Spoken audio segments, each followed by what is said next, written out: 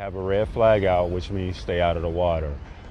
If you do find yourself in the water, don't panic.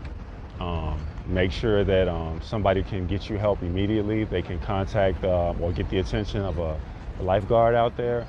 If you're caught up in a rip current, once again, don't panic.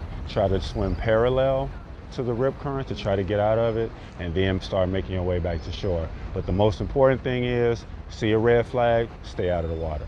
And yesterday we had the incident obviously that happened, and you guys had responded out there, CPD and CFD and a lot of other groups too, to help the dad who got in the water to try to save his daughter. And then you hear about those horrible things that happen, and it's another reminder for people that they need to know they shouldn't really be in there. Correct. And the lake is a large body of water. I mean, we all know the earth is covered with a lot of water, so it's a very volatile environment. It may look normal and stable, just observing it with your eyes, but once you get in it, it can turn really, it can go real south real quick. So you just have to pay attention to the flag markers and follow the advice of all the lifeguards that are out there.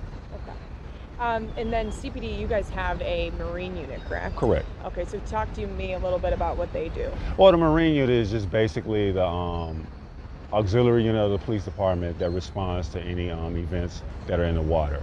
So if they get a call and they have to respond, then they'll dispatch a Marine unit to respond in that manner. And most of the time, I'm sure if they're getting called out for a water rescue, these aren't things that they want to come out here and have people, everyone gets scared then, when they see the CPD Marine unit coming out, if there is a rescue like that.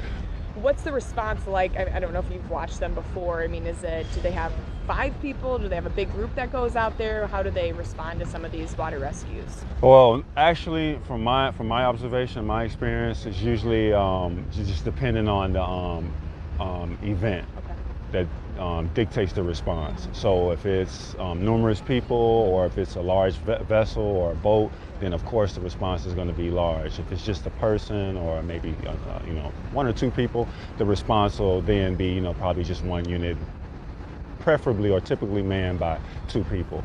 So that's usually what it is. When you're out here and you see all these people too around the beach, do you guys kind of go up, or do you ever have conversations with some of these people? I know it's more of like a water safety standpoint, probably from the lifeguards out here, but what's your advice more or less to try to tell people not to get in the water? Well, like we said before, the lifeguards, this is their area of operation. We're just here to support.